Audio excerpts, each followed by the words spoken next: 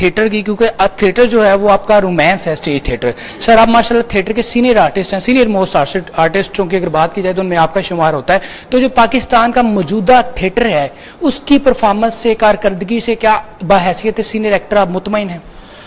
देखें बेटा, सारी ज़िंदगी अगर हम जो पहले मुझसे पहले जो सीनियर थे जो फनकार, उनसे जब पूछा ये जाता था तो वो कहते थे यार नहीं, हमसे जो पहले थे वो बहुत अच्छे थे, हमसे पहले वो बहुत अच्छे थे।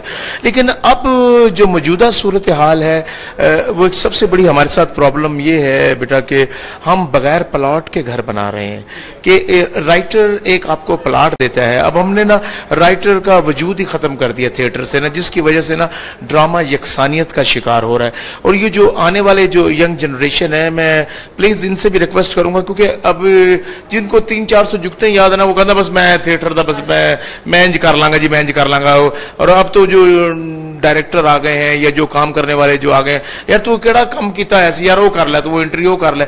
जो एक राइटर आपको पहले एक प्लॉट लिख के देता था ना कि आप जैसे मुझसे अब सवाल पूछ रहे हो तो मैं उसका जवाब दे रहा हूं ना, तो जब एक मेरे पास मैंने सवाल भी खुद करना है, जवाब भी खुद देना है, तो फिर वो मैं कितनी देर तक ऐसा कर सकूंगा? जिसकी वजह से फिल्म इंडस्ट्री भी बर्बाद हुई कि हम लोगों ने, जो कोई प्रोड्यूसर आता था कि जी दो फिल्म दे 2 मुजरे पा दो, 3 गाने पा दो, हूं ए हिसाब ना फिल्म बना लो।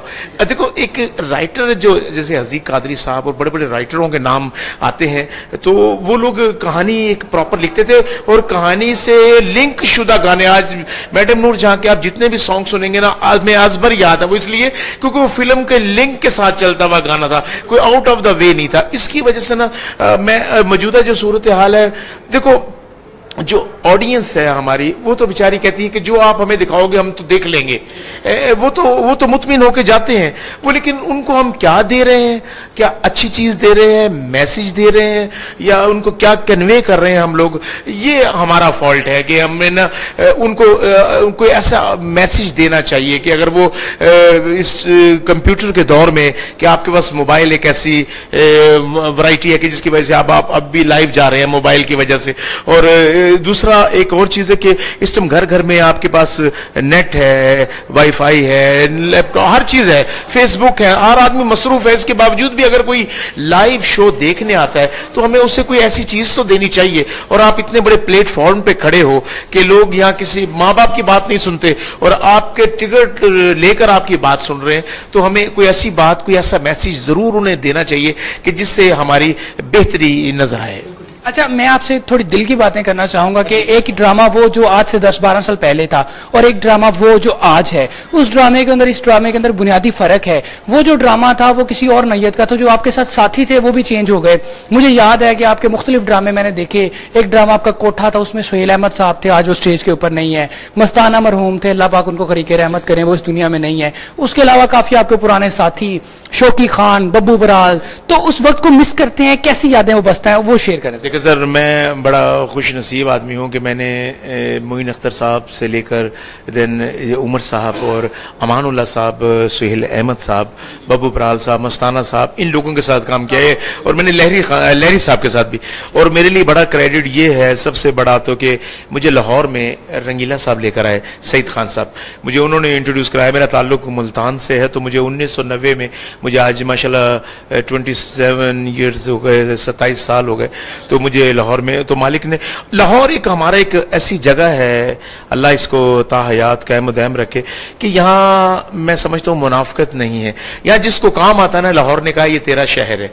ये सबसे बड़ी लाहौर की क्वालिटी है कि इसमें ये नहीं देखता कि यार ये आदमी है ना किसी और शहर से आया या कहीं, जिसको काम आता है ना, लाहौर ने कहा ये तेरा शहर है। और उसको रिस्पॉन्स आपको ना ऑडियंस दे रही होती है। तो बाकी वो लोग जो थे, क्योंकि वो उस टाइम थिएटर कम थे, उस टाइम ना ज्यादा से ज्यादा अलहमरा था, या ज्यादा से ज्यादा ना बस 1-2 थिएटर और थे। तो जो लोगों के पसंदीदा फनकार थे ना, वो 1-2 ड्रामों में मिल जाते थे तमाम। अब थिएटर 10-12 हो गए हैं। अब जो लोगों के पसंदीदा फनकार हैं वो एक एक करके ना डिवाइड हो गए, कोई एक दूसरे, एक आदमी उस थिएटर में, उस थिएटर में, तो लोग भी है ना तकसीम हो गए। फिर दूसरा ना, हम लोगों ने एक जो टाइम था ना ड्रामे का, पहले था 8 बजे टाइम ड्रामे का, 10 बजे ड्रामा खत्म हो जाता था, कि जिसने सुबह ऑफिस जाना है या दफ्तर जाना है या कोई बच्चों को स्कूल छोड़ने जाना है या टीचर है या वो किसी और काम में जाना है, तो बैंकिंग वाला आदमी है तो वो 10 बजे की उसके लिए बेहतर। अब 11 बजे ड्रामे का टाइम हो गया है, तो 1-1:30 बजे ड्रामा खत्म होना है, तो घर पहुंचते पहुंचते 2:30-3 बज जाने हैं, तो किस टाइम आप सुबह ऑफिस जाएंगे और किस टाइम आप जाकर ना ये काम करेंगे। फिर उस टाइम जब हमने ये काम किया है तो उस टाइम गाने का वजूद नहीं था, तो लोग है ना गाना उस टाइम देखना भी पसंद है, क्योंकि माशाल्लाह सारे इतने कॉमेडियंस थे कि लोगों को 3 घंटे लोग परेशान होते थे कि यार यहाँ गाने की भी जरूरत थी या नहीं थी। अब मुझे सुहेल साहब का एक ड्रामा हम लोग यूनान करने गए, तो वो प्रोड्यूसर है ना कहने लगा, स्टेडियम में हमारा शो था तो एक्स्ट्रा पैक शो, तो ना वो प्रोड्यूसर बार बार कहे जी गानों की कैसेट दे दे, गानों की कैसेट। सुहेल साहब कहेंगे यार मैं ड्रामा शुरू कर लूं तो आपको अभी देता हूं गाने की कैसेट, सब्र करें। तो ड्रामा शुरू हो गया, 3 घंटे तक नो सॉन्ग नो गाना, और उसके बाद जब सुहेल साहब ने एंड पे लोगों को कहा कि आप इतना फुल क्राउड है इस टाइम स्टेडियम में, आप बताएं कि आपको ड्रामा कैसा लगा। पूरा हॉल खड़े होकर रिसेप्शन, उन्होंने कहा जी ये हमारे प्रोड्यूसर है, ये कह रहे थे जी 7 गाने चलने चाहिए।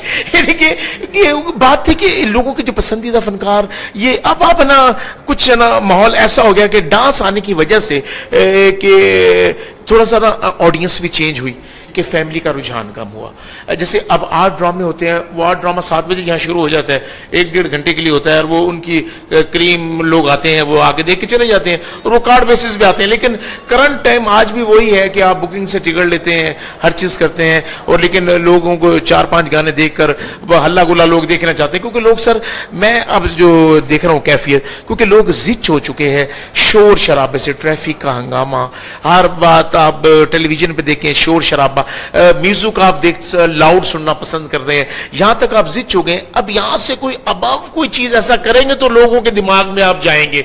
अब इससे आप बिल्कुल अगर लो लेवल पे काम करेंगे तो वो तो सर से गुजर जाएगी लोगों की, क्योंकि लोग अब जिद हो चुके हैं, अब हम हरन के आदी हो चुके हैं, ट्रैफिक के आदी हो चुके हैं, शोर शराबे के आदी हो चुके हैं, हल्ले गुल्ले के वो चीख पुकार ये वो पॉप सिंगिंग के आदी हो चुके हैं। यानी कि अब उसमें ना अब शोर शराबे लोग, अब इसी तरह ना अब ड्रामों का हाल है। माशाल्लाह ये मैं नरगिस मैडम के साथ ये प्ले कर रहा हूँ इस टाइम अलमरा 2 में, ट्रिपल सवारी ड्रामे का नाम है। माशाल्लाह ये आज 10वां रोज है ड्रामे को, माशाल्लाह एक्स्ट्रा पैक ड्रामा जा रहा है और प्रॉपर एक ड्रामा हो रहा है। और लोग, लेकिन उसमें ये है कि ड्रामा तो हो रहा है, ये बिलाल चौधरी साहब ने लिखा है ड्रामा, लेकिन उसमें वही गाने आ गए, और लेकिन हमें तेज तेज स्पीडी काम करना पड़ गया कि यार तेज तेज हम लोगों ने काम करना है कि लोग बस यार ये ना कहें यार बस यार बहुत हो गया यार गाना ला दो। हम चाहते हैं कि ये कोई ऐसी बात ना करे। तो मैं असल में ना अब मुसीबत ये हो गई है, ये जो आने वाली लाट है ना वो बेचारे बड़े डिस्टर्ब हो गए हैं। वो अपने आने वालों को क्या बताएंगे कि हमने क्या किया। हमने जैसे अपने बड़ों से सीखा है कि यार A to Z मूव भी होती थी कि मैंने ए से यूं चलकर यूं मूव करके ये ड्रामा बोलना है, मैंने यहां से ऐसे आकर मैंने यूं जाना है, मैंने ये लाइन इधर बोलनी है, मैंने फिर इधर आके मैंने वो क्यों देना। उस टाइम फोटो स्टेट मशीन भी नहीं होती थी, तो हम टिम वो टुमके लगा के ना एल पे लिखते थे कि अब कभी खान साहब ने कहना है वो गए थे, वो बोलेंगे तो वो उसके बाद मेरी लाइन आएगी। यानी कि वो अब ऐसा अब तो ना दौर ही कुछ और हो गया। अब तो स्टेज पे हम तो कह रहे थे ये मत बोलो ये मत बोलो, वो बस ऐसे हो रहा है काम। बस असल में अब जब संभल के कदम रख रहे थे तो इतने पैसे नहीं मिलते थे, तो मेरे जैसा बंदा ना दीवार से भी छलांग लगा देता था। अब इतिहास से पांव रखते हैं तो वो कहते जी जो पैसे लोगे आप आपकी मर्जी से पे, बस बड़ा अजीब सा दौर। दिल तो नहीं चाह रहा आपको बिल्कुल अलविदा कहने का, लेकिन शॉर्टली आप एंड के अंदर अपने करियर के हवाले से बताइएगा कि इस तरफ आना आपका कैसे हुआ। पहला सवाल मेरा इस तरफ आना कैसे हुआ कॉमेडी की तरफ, के कॉमेडी का आपको शौक कैसे पैदा हुआ, और सेकंडली कॉमेडी की दुनिया के अंदर आपके उस्ताद कौन थे। पाकिस्तान ने कॉमेडी के अंदर बड़े बड़े उस्ताद पैदा किए। फिल्म की बात की जाए तो मुनव्वर ज़रीफ से स्टोरी स्टार्ट होती है। बेटा देखो जैसे मैंने आपको कहा कि मुझे रंगीला साहब लाहौर लेकर आए, सईद खान साहब, तो हमारी क्योंकि यहाँ कोई अकेडमीज तो है नहीं जिससे इंसान को सीख कर आएगा। हमारे लिए हमारे सीनियर्स ही यूनिवर्सिटी का दर्जा रखते थे कि हम लोग ना जैसे मुनव्वर ज़रीफ साहब को देखकर मैं मैं कहता हूँ आप कहीं भी घूम लें, आप मुनव्वर साहब, लहरी साहब, नन्ना साहब और अली इजाज साहब, रंगीला साहब, इनसे आप बाहर जा ही नहीं सकते। एक्शन रिएक्शन आप देखें ना, जब तक सुल्तान रई साहब थे तो मुस्तफा कुरैशी साहब वो हिट थे। अब मुस्तफा कुरैशी साहब तो अभी अल्लाह उनको जिंदगी दे, हयात है, लेकिन क्या वो उस तरह काम की वो कैपेबिलिटी नहीं है, क्योंकि वो उतार चढ़ाव था। एक बंदा बोला मैं तो, एक बंदा सोनिया। अब इसी तरह ना मुनव्वर साहब को जब रंगीला साहब को जुगत करते तो आगे से वो रिएक्ट करना, वो अब वो नेगेटिव पॉजिटिव हर चीज दौर में चलता रहा। जैसे नन्ना साहब अली इजाज साहब का जोड़ी चलती रही। तो मैं असल में इस फील्ड में आने की एक वजह बस ये भी थी, मैं असल में मुझे शौक था पेंटिंग का। मैं पेंटर था शुरू से, और मैं सिनेमाओं के बोर्ड लिखता था, दीवारें लिखता था। वो भी बात फनून लतीफा में आ जाती है। तो बस ये शौक मुझे ना ले आया, मुझे सैयद मोहसिन गिलानी साहब इस फील्ड में लेकर आए। तो बस एक बड़ी दर्दनाक सी स्टोरी है। मैं लोगों को मेरी अम्मी अबू असल में 40 साल पहले उनकी डेथ हो गई थी, तो छोटे बहन भाई मेरी गोद में थे। पालने वाली तो अल्लाह की जात है, लेकिन मैंने बस उनकी परवरिश में ना बस सब कुछ ये फिर दुख इतना था कि वो मोहसिन भाई कहेंगे जो ज्यादा इंसान को जो दुखी होता है ना, वो लोगों को ज्यादा एहसास सकता है। तो बस शायद यही वजह थी। फिर लोगों का मैं कहता हूँ जी, फनकार होना एक अलग चीज है, असल चीज है इंसान होना। देखो फनकार तो सब कुछ ही है, हर चीज है, शक्ल भी इंसान की अच्छी होती है, सब कुछ होता है। लेकिन आज भी आप देख लें काम, इरफान खोसर साहब आपको डायरेक्ट हवालदार में आपको नजर आएंगे कि यार कि आप क्या उनका नाम लेजेंड में, आबिद कश्मीरी साहब आप देख लें, देन मस्ताना साहब देख लें, बब्बू बराल साहब देख लें, अमानुल्लाह साहब देख लें, सोहेल अहमद साहब। आज भी देखो उनका एक एम था कि मैं आज भी लोगों को साफ सुथरा काम दिखाऊं। तो वो देखो उन्होंने तवक्कुल वही किया था, तो रब ने उनको ऐसा मीडिया पे एक ऐसा प्रोग्राम दे दिया कि 9 साल से उनका प्रोग्राम वो चल रहा है, और आज भी वो नंबर 1 की पोजीशन पर है माशाल्लाह। तो मैं आने वाले जितने भी जो यंग जनरेशन है उनसे कहूंगा, बेटा देखो ज्यादा काम इस टाइम, क्योंकि टेलीविजन का जो काम है वो भी कराची चला गया है, यहाँ सिर्फ लाहौर में टॉक शो हो रहे हैं। इस टाइम बड़ा ना स्टेज पर हमें ना राइटरों को तलाश करना चाहिए, उनके मुताबिक हमें ड्रामा करना चाहिए, ताकि स्क्रिप्ट पे तक ना देखो सर, मैं समझता हूँ जुगत की कोई उम्र नहीं है। अगर जुगत की वैल्यू होती है ना, तो आज कवि साहब काम ना कर रहे होते। एक्टर की इज्जत है, एक्टर को जब भी अच्छा रोल मिलेगा वो हिट होगा, जब भी अच्छा किरदार मिलेगा वो हिट है। और ये बस अल्लाह ताला इस मुल्क को नजर बस से बचाए, मेरा मालिक और जितने भी दोस्त हैं। मैं एक बात जरूर ये कहना चाहूंगा कि न्यूज अलर्ट की तरफ से कि अगर कोई दोस्त इस फील्ड में आना भी चाहता है तो प्लीज टेलीविजन ज्वाइन करें। तो क्योंकि थिएटर का अब वो माहौल अजीब सा हो गया है। आप किसी अजीज़ो अकारब को अब जो लेके आए यहाँ, आपके साथ लोग कहे फलाना हो गया, ये मुँह जिते जो है जम्मे आते फलाना, वो कहेगा माँ बाप कहेंगे तेन असी असली भेजा सी कि तू है जाके ना। अब क्योंकि ट्रैक कुछ और शुरू हो गया है, तो ना मैं बच्चों से कहूँगा कि ठीक है काम का शौक है तो टेलीविजन की तरफ आए, कि उससे ना आपका ना एक कैलिबर बनता है, एक नाम बनता है, कि आप लोगों के ड्राइंग रूम में चले जाते हैं बगैर उसके कि ये थिएटर तो है, इसकी तो चलो एक मखसूस ऑडियंस है। लेकिन ये थिएटर जब था तो ये आप देखें आज भी वही मकबूल फनकार हैं जो थिएटर पे उस वक्त भी मकबूल थे, और आज भी वही दिलों पे राज कर रहे हैं। तो मैं बड़ा मशकूर हूँ न्यूज अलर्ट का कि जिन्होंने मुझे आज लाइव मौका भी दिया, और मैं तमाम सुनने वाले अपने दोस्तों का बेहद मशकूर हूँ।